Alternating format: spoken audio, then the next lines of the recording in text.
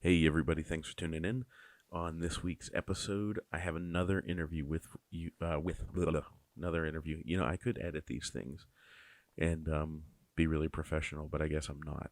I have another interview for you.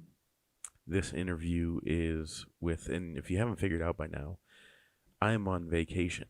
So that is why you're getting these interviews finally. Because I wanted to do these, as I mentioned last week, I wanted to do them a long time ago. I did them, and I did them for the film festival, but I wanted to put them out for you guys just to hear, something different. And yeah, it ended up finally getting pushed to me with to do it, push me to do it whenever I realized I'm going on vacation and I'm gonna have 2 weeks where I don't have anything, and I can't leave you guys hanging like that. So especially in this shitstorm of a bear market that we're dealing with. But yeah, this film, the interview was with the director of a film called Night in Lockdown. Um, and I think you guys will love this film. You can watch it at on our app. Go to mymoviesplus.com slash night, like KNIGHT dash in dash lockdown. And it is a Batman that is it's a short. It's about Batman and what he did during the COVID lockdowns. So I know a lot of you Bitcoiners are we all are people that were kind of annoyed with the lockdowns. And this was kind of a funny spin on it. Um, so Joel Osborne, he was the director and writer. He's a comedian in Australia. So down in Australia they were severely locked down, but he made this short and just kind of explored the idea of like what would Batman do in the event that um, everything was locked down and there was no crime. So it was very interesting. Although we all know that there was plenty of crime during the lockdowns. So I hope you guys enjoy this one, and then I'll be back with regular episodes starting next week. But yeah, this I think you guys let me know. I mean, send me messages. Send me some DMs. Let me know if you guys like these, what you think of them. If you like them, then maybe I'll sprinkle in like some bonus ones here and there throughout the year. Um, but yeah, anyways, enjoy this one and go to bitbox.swiss and get yourself a Bitbox O2 hardware wallet, and please get your coins off the exchange. Since I am pre-recording this ahead of time, God only knows how many exchanges have gone down between now and whenever this releases. So get your coins off the exchange and put them on your Bitbox O2 hardware wallet from not Shift Crypto anymore, from bitbox.swiss. Go to bitbox.swiss/Bitcoin Made Simple and use the promo code Bitcoin Made Simple to get 5% off.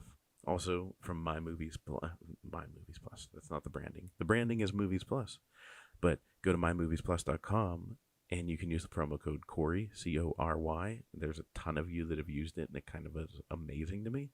Um, and if you guys don't want to be the last one that had not used it, or did I say that correctly? I don't know. Um, if you want to use it, you can get a year for $24, and it helps support free speech, and it helps support me. And I appreciate you guys for supporting me. And you can watch the short the night in lockdown on there, and yeah, I hope you guys enjoy those. And then also go to upstreamdata.ca. Upstream Data is the creator of the black box, and you can get your mining equipment there, but you can get a black box and make your miner go quiet. So without further ado, here is my interview with Joel Osborne, the director of Night in Lockdown. Hope you enjoy.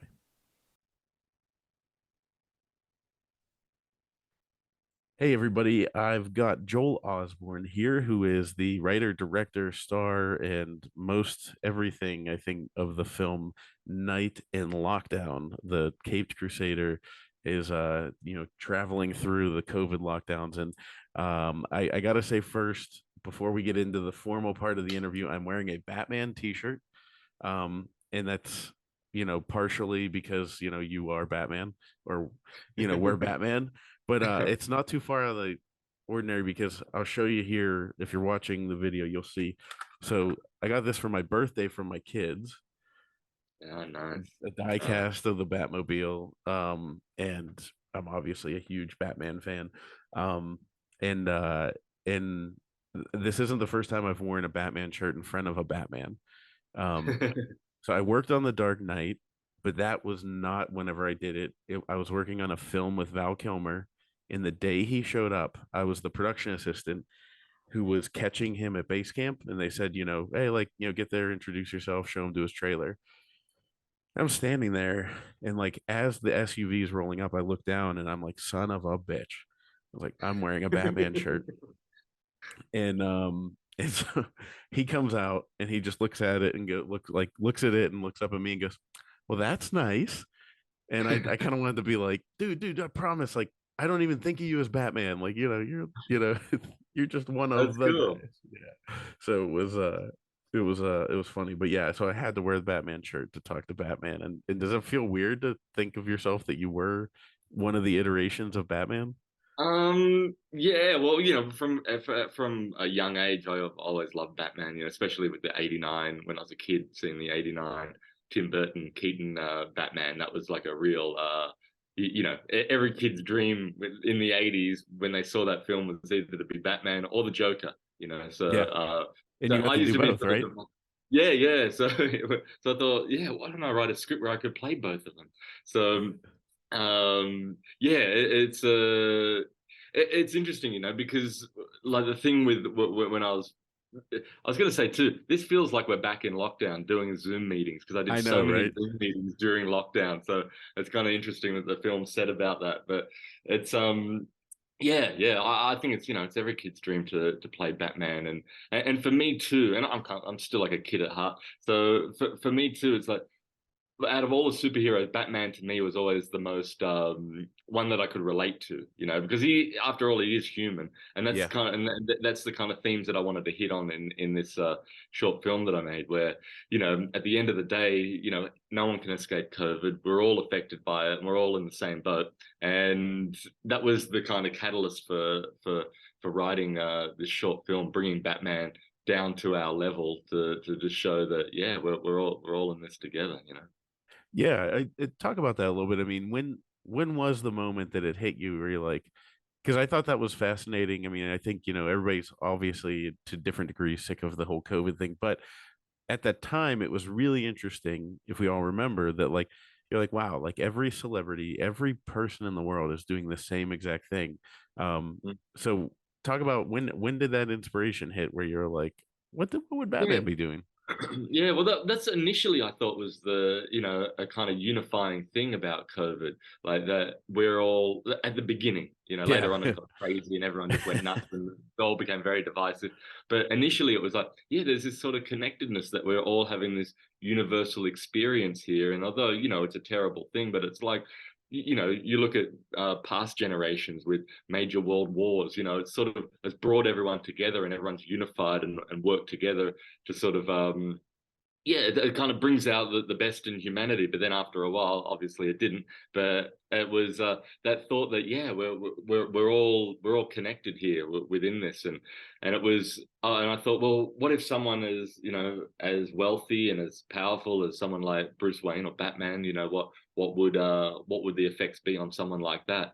And yeah, and that was kind of the catalyst for the idea of writing this short film, and then obviously from that, because I'm a comedian, I sort of slanted it towards more of a comedic edge, but all the while I wanted to maintain a sense of credibility with Batman and not denigrate him in any way. Although he's faced with all these sort of humiliating situations, he still maintains his sense of sense of morals and credibility throughout those trying times, which we were put in those situations, right, where a lot of our characters were kind of brought to the forefront. It's like they Mhm. always say, true character is revealed under pressure. Well, that's what that they're the instances I want to put Batman in, and for anyone that's like a Batman fan, you'll know the great thing about him, like one of his great superpowers is he's like incorruptible. He can be faced with so much adversity and so many moral challenges, but he always maintains that kind of ethical approach. So yeah, that was, you know, I'm getting kind of into the subtext here of the idea of it all, but that was kind of the underlining idea behind it. Yeah, yeah, and I will tell you the comedic angle. My wife, who is like the harshest, like I consider myself a funny, generally funny person, but like if I can make her laugh, I'm like, oh my God, that was actually funny. And she had like a good, like actual, like LOL belly laugh with Bane. And his Bane getting his Uber Eats, and his Yeah, wariness because of his respiratory issues. um yeah, yeah. that was one of the big ones that I heard from her. I was like, man, I Oh, was that's like, great. yeah. That's So great. And that's what's so interesting with this, like hearing how different people and like online people writing about it and saying how they tuned into all these different things. So it's nice to, yeah, it's nice to hear that your wife connected to that, because it's always like there's a scene with the shoes in the alleyway and the real sort of bat nerds, they all comment on that, saying how much they enjoyed that, the reference to the Air Trainer 3s from the 89 Keaton bat suit, and oh and, yeah. and like the Joker going to the getting lost in translation, instead of Comic Con, he goes to this communist convention, Comic Con. So there's all these like little sort of things in there that people, each different person, kind of appreciates. So yeah, it's nice to hear that. And that's how you can tell it's written by a stand-up comedian. Because, like, honestly, like if you're a seasoned stand-up comedian, that's the thing I've noticed just watching so much of it in my life, is that like there are so many different little pieces that like it's like different people are going to pick up different pieces along the way, and find that out. So that, hats off to you, because that was really well done. And so I guess you've always been a big Batman fan, like you said. Did you have a costume as a kid, and did you run around? No, I didn't actually. I always because I remember looking in a magazine. Oh, God, I forget the name of the magazine. It was one of those that's not around anymore. Starlog, I think maybe.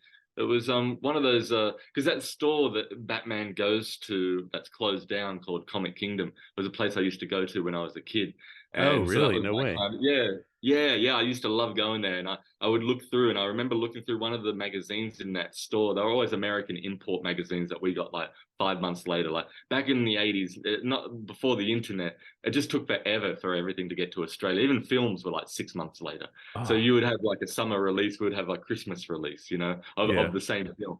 So when remember looking through this magazine and seeing that they had a Batman costume in there. It was like one of those old sort of ratty rubber ones, and it all looked all askew. And I just thought, I think I'm all right. I don't need to. I don't need to. And at the time, it was like maybe like $150, which in the late '80s was like $1 million to a kid, right? Yeah. So I no, so I never really got a Batman suit. But then for this one, when I thought, well, if I'm gonna do this, I want to do it right. And my friend Jim Hare, who actually directed this, I sent the script to him. He said, I love it, let's do this. But we both made a decision from the get go. If we're gonna do this, we're gonna do it right. We have to make it cinematic. We can't make it just some handy cam looking, Hmm. half-ass kind of attempt. So and I said, well, if we're gonna do this, well, the suit has to be credible too. We can't just just whack something together and hope for the best. So I found online, did a lot of research on it, and found this guy Sean Reeves from Reeve Effects, who actually makes his cows, the Batman cows, from the original '89 production mold. So I Mm. thought, great. Well, I found track, and there was some problems I had before that. I ordered some masks on eBay, some cows, and they were just like embarrassing. So I They so I didn't ended up work. ordering. No, not at all. So I ended up ordering and for me, the cowl is like they say the shoes make the outfit. For me, the cowl makes the outfit. So I started with that, but beyond that, I basically made the rest of the suit out of EVA foam and a heat gun and plasti dip. And so running to the fabric store, to the hardware store, and just buying all of this stuff, and because it was during COVID, getting your hands on a lot of stuff was very limited during that time. So I thought, well, I'm in lockdown. I may as well, utilize my time here. So I made the rest of the suit, and yeah, just throwing stuff together and stitching stuff. So yeah, it was great to get the proper cowl, and which I was so thankful to that my head fit the right dimensions of Michael Keaton because that's what it was made from, his dimensions of his face. So I had my fingers crossed the whole time waiting for the cowl to arrive in the mail from the States that it would actually fit right. But thankfully it did. And you know, the suit's not 100%. Like, I'll be the first to admit, like, you know, like with close-up angles on it, I was always like, oh god, when looking at it on screen, because it's not, you know, it was made by me. I'm no costume maker, but it was. Oh, I I think mean, in the dude, you're window. selling yourself short, man. It was, it looked incredible. I thought, Oh, I was. First of all, if you would see a costume I'd put together, it'd be, like I just get the pajamas with like the little Velcro cape. yeah. Yeah, well, it was really nice of well, that's kind of you to say, and it was nice of Carl Newman, who was Michael Keaton's movement double in the original '89 Batman. He reached out after watching that and was just so complimentary and kind with his words about it. And he's obviously someone who's a very deep thinker because he was getting into the subtext of things that he was that sent me a message about, and just how much he appreciates. So for me, that was a huge deal to get sort of a positive note from someone involved in the original, playing the original Yeah. '89 Batman. So yeah, and I thought, well, if he was all right with the way it looked, then it's okay. But you know, I still feel those little moments in it when I'm looking at it. I'm going, ah, damn, no, that didn't really fit right with the suit. But you know, I guess I'm just a bit of a perfectionist when it comes to that. Yeah, no, I mean there's not a filmmaker that has made a movie that doesn't have anything where they're like, oh God, I wish I would have, Sure, it's sure. the filmmaker's plight. Where did you get the Batmobile? Because Oh that was yeah, like an actual Batmobile. I showed yeah, my kids yeah. and they were like, how did he get that? I know. That's what I asked myself. How did I get it? It was this guy Zach in Sydney, which is a town I'm from here in Australia. He basically made one himself. He's just like a whiz, this guy, like an automotive whiz. And he originally bought the fins that were from the original one of the production from the original '89 production. That had some of these fins, and he saw them and bought them, and then from that thought, well, I got to make the rest of the car now. So he actually made this bat. But the thing is, the thing, like, because I've researched on the Batmobile, and they always say what of a dog of a car it was to drive, and just how it, you know, didn't handle that great, and it was just a real yeah, just not the greatest thing to get to a high speed. So Zach made this thing like twin turbo engine, and the thing just roars, and it's roadworthy too. And we went for when we were driving to the location to shoot one of them, and I was in the passenger seat, and he just said, "Check this out," and he just put the foot down, and the thing literally, it was incredible. The thing just like screamed along the road. But the interesting thing was it was so smooth too, so it actually felt like the Batmobile should feel. And he so yeah, and he's a great guy. He does a lot of charity work for Make a Wish Foundation, and with a lot of kids, and so he dresses up as Batman and drives out and takes kids for joy rides in it. And I just called him up and explained to him the idea, and he started laughing on the phone when I told him about the sort of synopsis for the film, and he said, "I'm on board. You tell me what you need, and I'm there." So thankfully, yeah, we were able to get the actual yeah '89 Batmobile in it. It's wild. And I mean, my kids, I mean, they just couldn't believe it. They're like, did he make it? And I was like, I think so. And they were like, really? Yeah, And now the yeah. question is going to be, Yeah. why didn't If you you do like the that, bat Dad? suit, look what he did with his car. Yeah. Like, I'm going to be fighting for like the next 6 months. They're going to be like, Dad, can you just do this for me? And, um, but, yeah, so what did it feel like the first time you put on the cape and cowl and like actually had it on? Because I'll preface this with, um, I tweeted out a couple weeks ago that like, oh, I quote, like, my wife says, "You can dress however you want tonight. I don't care what you look like." Which is like a wife thing to say, because usually she'll want me to like look a little nicer, but when she says Yeah, that, she's thinking, okay, he's gonna wear like basketball shorts and a t-shirt and look like a slob. yeah, yeah, And I said, but and then I put like how I actually want to go out looking, and it was like the Robert Pattinson like Batman like walking in, like with all his stuff on, and I was like, yeah. No, as a as much as I'm an adult, but like as a child, the child inside me, I'm like, yeah, if it was socially acceptable, I would walk around in a Batman cape and cowl, like, it's just not socially Yeah, acceptable. So yeah, so that, yeah, but like yeah. that had to feel cool because I remember even um Christian Bale saying he remembered the last time that he put it on, thinking, "Oh man, like this is gonna be it. This is it. It's pretty Yeah, like yeah. There's awesome no feeling." other than filming. There's no real other reason to put it on. But yeah, it was. It felt good watching it the first time, like putting the black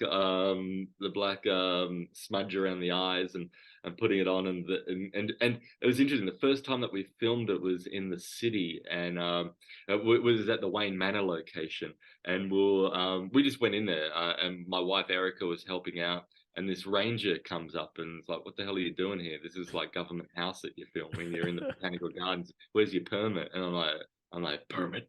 And Yeah. and she's like, "Yeah, you need a permit, or you got to pay." And I'm like, ah. So anyway, she ended up writing up this bloody form thing, and I dressed as actually in the behind the scenes footage for this. We put with the talk that I give, we showed some photos of it. My wife took the photo of me as Batman having to get my wallet out and handing the credit card to the ranger to sign to get access to film in front of this government house, which we shot as Wayne Manor, and and I'm thinking, God, this is just embarrassing, this is the first time I'm wearing this suit. I'm getting fined. But then after that, we walked down to get that shot in an area called Martin Place with the fountain shot that was in the Matrix film Oh and the yeah, yeah. Superman film. And so as we we're walking down there, there's these food trucks there that feed homeless people. So all the homeless people are lined up, and I was walking through the square like as Batman, and the homeless people turned, and they were jumping up and down and cheering and came running over and like shaking Batman's hand. Ah! And it was great. It was great to see that reaction from all these people, homeless people in the square, and the contrast to that was like business people walking by at night who were just consumed on their phone, just looking, and it just made me realize the lack of awareness that the general public have. Because I'm walking along as Batman, these people have got no idea, just walking by me, looking on their phone, but it was the homeless people that were the ones that actually were paying attention and sort of aware of their surroundings. So that was nice to see, that Batman could have a sort of positive effect on certain people. That's awesome. That's so cool. And and to have what was the what time or like what year did you film it? Was it during 2020 or was it 2021? Uh, 21 into 22. See, I was I was on tour a lot of the time too, so we filmed it over a chunk of time. So, which was good because it also gave us time to look at the footage and go, right, we got that shot. And there was some shots like the one where Batman's walking along and jumps the fence of Wayne Manor, Mm-hmm. and there was just with the shot coming over the other side, the landing wasn't quite right on it, so we went back and reshot that. But having to get it with the light and reshoot that, so it felt like it was all in the same time frame, was just was like very difficult to do. But we ended up making it work. But so there were certain shots where we had to go back and just retweak, like in the alleyway shot on the first night with all the thugs in the alleyway. We got all these shots, but then Dimitri, the one who does like the roundhouse kick and has the knife, there were just certain little close-up shots that we needed for coverage. Like we thought, it's just like if we get a close-up of the knife and the reflection in the light, that will be a nice moment. So we went back with him and just reshot a couple of things in the alleyway there. So it was great to have that time. Like there wasn't really a limit on when to release it. Like ideally I would have loved to have released this back during COVID, but it Mm-hmm. was but there was just so many restrictions too in Sydney. Like I don't know how it was in Pittsburgh there, but we had like kilometer, like you could only go a certain few kilometers within the vicinity of where your address was. There was a limit of people that could go out and film, and which was all right for Jim and I, the director, because it was just him and I most of the time, so it was two people, so we fit within the COVID rules of not being within a group out at night, and so. And it was all mainly handheld photography for this too. So it was really quick on a lot of locations. We could just roll up, jump out of the car, me in the bat suit, get the shot. Right, we got it. Yeah, quick review. Right, we're off to the next location. So it was kind of nice to have that freedom where we didn't have a huge crew with setting up lights, and that would have then involved permits and all this kind of crazy stuff. So yeah, we were able to get away with this on a not only on a shoestring budget, but on a very limited crew. Yeah, I was gonna ask that about the crew size, and so that answers that. But what kind of camera did you guys use?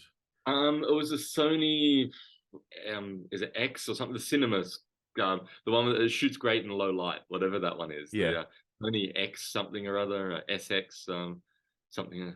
yeah, I'm showing my limited knowledge in cameras here, but yeah, it was a great camera, and a lot of it was like handheld on a gimbal, and yeah, I mean, it was great just to like for like I know it looks big budget, but I finance this whole thing myself too, and so it was great to be able to get things like the Batmobile and get like the government house for Wayne Manor and also the State Theatre in Sydney. We used that for the interior shots on a lot of the Wayne Manor stuff, mm-hmm. and also the exterior obviously as well.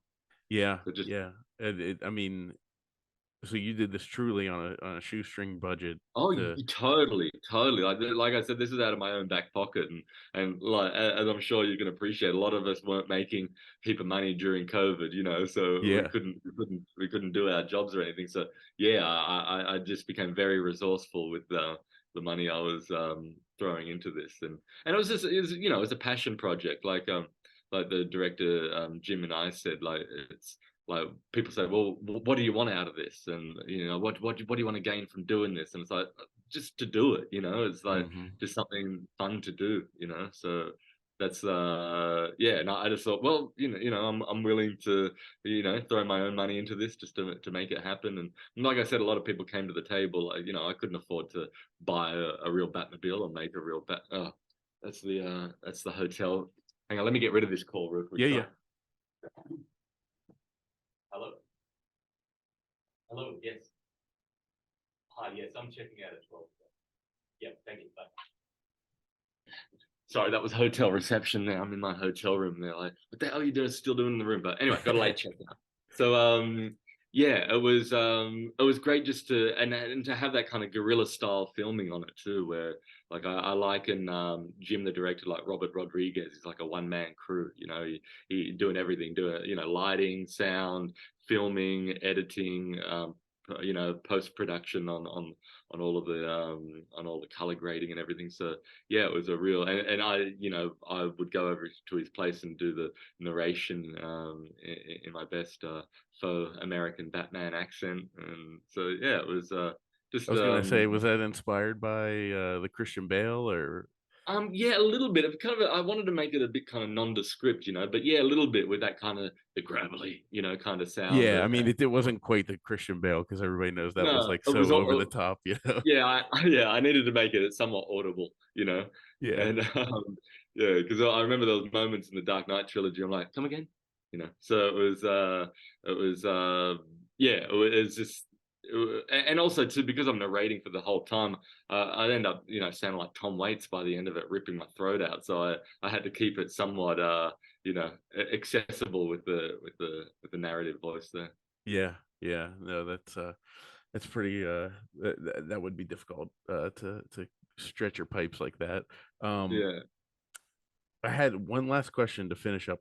Um, do you do you hope that you see? I mean, I have a feeling I know the answer to this, but do you think this could inspire other people to do fan made films? Because, like you said, where people are like, "What do you want out of this?" and it's like nothing, like to do it, and like I know a lot of people could do it with home stuff, and it's not. It's just it's not going to look as good, So you have to take the care to do it, Mm. like you did. But I feel like people have enough resources nowadays to do it. Do you think we'll see a growth in this genre of fan made content of these huge intellectual properties that we never get our fingers on? Sure, sure. Yeah, I hope so. Yeah, because I enjoy watching them. It's like, and for me, it's always it all like with stand up, with anything kind of that I do, it always starts with the idea and the script, or the concept of what it is you want to put out there. So like for me, the most important thing was to get the script right initially, because I thought, well, what's the use of doing it if it's just an excuse for me to jump around dressed as Batman? It's not really that much of a reason to do it. So for me, it always comes back to the script. It comes back to the written word.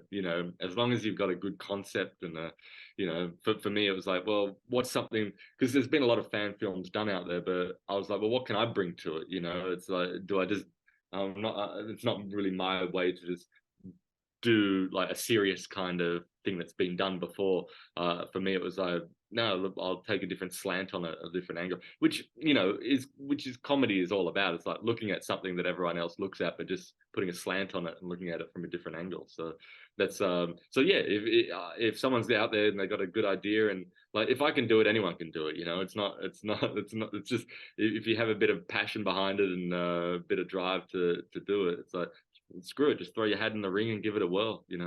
Yeah, That's, yeah. that's how I No, look at it.